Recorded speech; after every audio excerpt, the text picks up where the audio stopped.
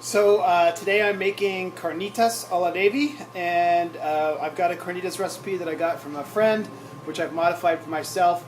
The first step was to get about 6 pounds of Boston butt or pork shoulder blade. 6 pounds because I'm having about 8 people for dinner, and I think that's a good number.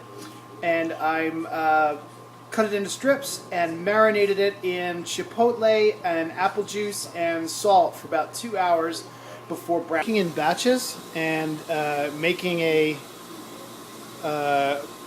Boston butt or a pork butt into carnitas. So the first step is I'm browning the meat about 2 minutes on each side in a little bit of this. To remove the meat from the heat, which I've done in this colander here, and return the pan to the heat and deglaze the pan, which I'm going to do with a bottle of Coke. And that's going to get all the juicy brown bits up out of the pan. So open the bottle, and to deglaze, you just pour in your liquid into the pan, and then scrape the bottom with a spatula, like so. And this gets anything that's stuck during the searing and browning off the bottom of the pan and back into the simmer sauce. Now I'm going to finish the simmer sauce with about 5 cups of water. Oh, that's only 2. And about 1.5 cups of lime juice and the Coke that I just put in. And then I'm going to add brown sugar and salt. Probably about 3/4 to a cup of brown sugar. I've got, that looks better, doesn't it?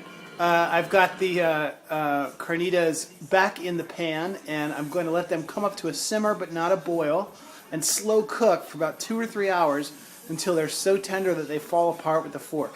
Here's what it looks like in the pan. Oh, actually, what do you know? Okay. So that's what that looks like in the pan. It hasn't come back up to a simmer yet, but that'll happen soon enough. It's pretty full, but a lot of it will cook off, so that's okay.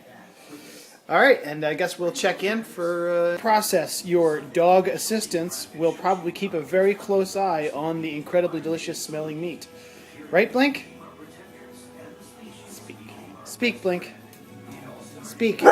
Yeah, see, he's very enthusiastic about it. Carnitas are supposed to be completely covered with a liquid, but as you can see, my pan is just a little bit too small for that. But I made up for the difference in my braising sauce with a little bit of hot sauce and orange juice to make up the difference. So now I'm going to let it simmer like it is right now, a nice slow simmer, covered.